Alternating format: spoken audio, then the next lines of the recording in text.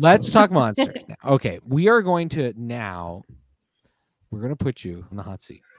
You're going to play one of the most important and the newest, one of the newest. It's not the newest. It's one of the newest Friday Night Movie games. It's like a year old now. It's called the Comparathon. It was actually created by one of our fellow podcasters. No, it was created by us, but it was named by one of our fellow podcasters, Chris Royce, while he was a guest on the show.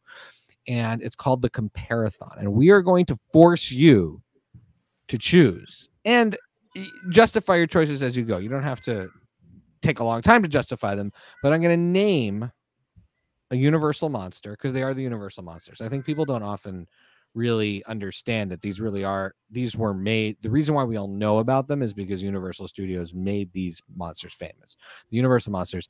And then I'm going to bring another one up, and then you're going to have to say either or, and we're going to go through them, and then one will be named Antonia Carlotta's champion. And seeing how you are the Hollywood historian and expert in Universal Studios, that one will just have to be the champion. So whichever one Antonia says, that's the best one. Lily and Becky, are you cool with that? Power is a blessing and a curse. Yep. I think it sounds great. All right. So Dracula. And then Dracula versus Frankenstein. Did you have to start with like the big two? No, you know what? You know what I'll do? You know what I'll do? I'm gonna you know what? You're right. I'm not going to. I'm gonna leave Frankenstein for the end. All right. So Dracula and the Mummy. Yeah. So between the two of them, and I love both of those movies very much, I'm going to go Dracula. I love that he's charming. I love that he's smart. I do like the accent. I'm a big Bela Lugosi fan. And my Aunt Carla spoke the opening lines in Dracula. So to the movie itself, I have quite a connection. So between the two, Dracula, but I do love the Mummy very much. Very cool. All right. Dracula and the Invisible Man. Again, I'm going to stick with Dracula.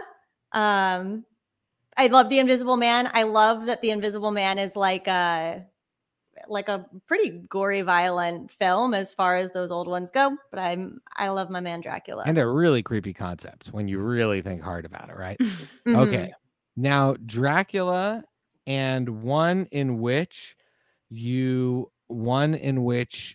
have, there's a magnificent picture of you taken. I don't know if that even counts as a cosplay. It's art, but where you are made up as the Bride of Frankenstein. Yes. Very cool. And if you want to throw any facts about that picture, because that's on your YouTube page, that's like the banner. Yes. Yeah. A couple of years ago was approached by this photographer, Chris Hesby, who is just really talented. And he came to me with this idea of, I would love to do a series of you dressed up as the classic monsters. Let's start with the Bride. And he put together this whole shoot, and it turned out, I mean, absolutely incredible. And through that, now artists as well have like painted pictures of me as the Bride based on his photography. It turned into the most incredible thing. But yes, feeling like that, it was just another way that I got to be a part of my family's history and feel, that I was again carrying that on in a new way. So anyway, it's so hard for me to pick between Dracula and the Bride of Frankenstein, but I am gonna now swapsies to the Bride of Frankenstein. Just has a little bit of an edge there. That's very cool. Becky and Lily, that would be like if someone took a picture of us as a giant piece of lox. I was just thinking that. If we dressed Were you up thinking as lox? carp, Yeah, I was thinking maybe lox and because Jews. No, because our grandfather owned a fish store. Oh, wasn't like a generic Jewish far. Well, I feel like comment. it'd be much cooler to be like. I was wondering why you're going so generic. I mean, he was also a New York City firefighter, so I feel like but like, what are you gonna? That'd be put me in, cooler. like, a sexy fireman outfit? That's weird. I'd rather that than carp. I would definitely rather cosplay as a piece of lox. No. Okay, the Bride versus all the fixings. the Wolfman. Specifically, the Wolfman, not the werewolf, but the Wolfman. Because I feel like that's more iconic. I did make a video about the Wolfman earlier this year, in which I say I respect the film. I think it's good, but the Wolfman has just never been my monster. So I'm sticking with the Bride. Okay.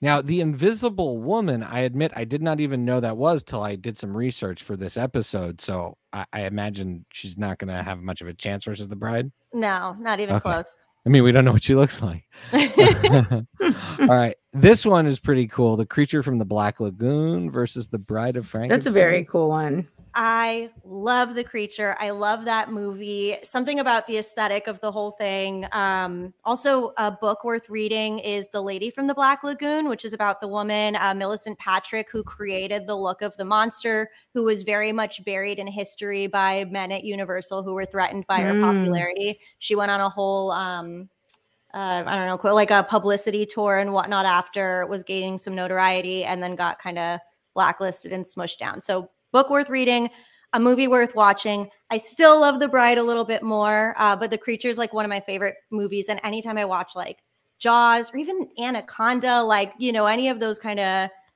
oceany Amazon scary movies, I can see how The Creature influenced those. So that's fantastic, because I often will pop off about how Jaws is the movie that everything came from, but it's good to put that in some perspective. So thank you. Of course, absolutely. That's really cool. All Glad right, I could bring that Jaws. to you. All right, Jaws. Steven Spielberg. You think you're so hot? No.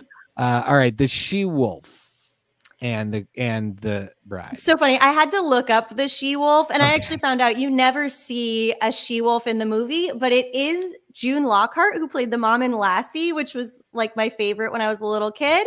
Oh, wow. Not going to win over the Bride of Frankenstein, but I just found that so just so fun to find out. That's I think it came out in the like mid to late 40s, which is a little later than most of the videos that I do. All right, and now we are going to close out. The Bride is going to go up against two heavy hitters. So I had saved a heavy hitter for the end, but now we're going to go against two. So the first is the Phantom. I love the Phantom. I love Lon Chaney, the man of 1,000 faces.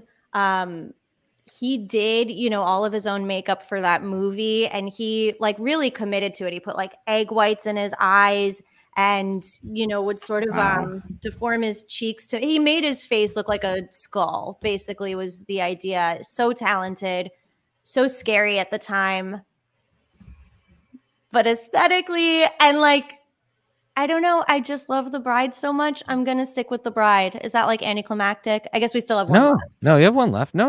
But I love the Phantom of the Opera. And my great aunt Carla was the prima ballerina in that as well. Wow. Look, Comparathon, we declare a winner, but it's also a trick in order to get you, an expert, to weigh in on all these amazing movies really quickly. It's like we're squeezing in and getting a crash course in the Universal monsters. All right, and now we've talked about them a lot today. The Bride of Frankenstein versus Frankenstein. Yeah, and so this one, I think it depends on my mood, because I think I get asked about who my favorite monster is a lot, and I think I go back and forth between The Bride of Frankenstein and Frankenstein. Today, my choice, final answer, is going to be Frankenstein. And I say that because, well, I really love both movies. I love both monsters, but Frankenstein is the star of the show in both. The Bride does not get so much screen time.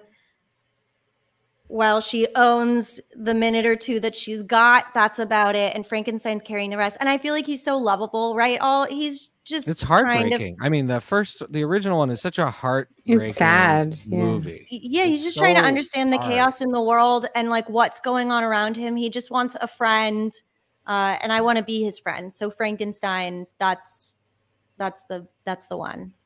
All right, that's amazing. All right, he's been declared.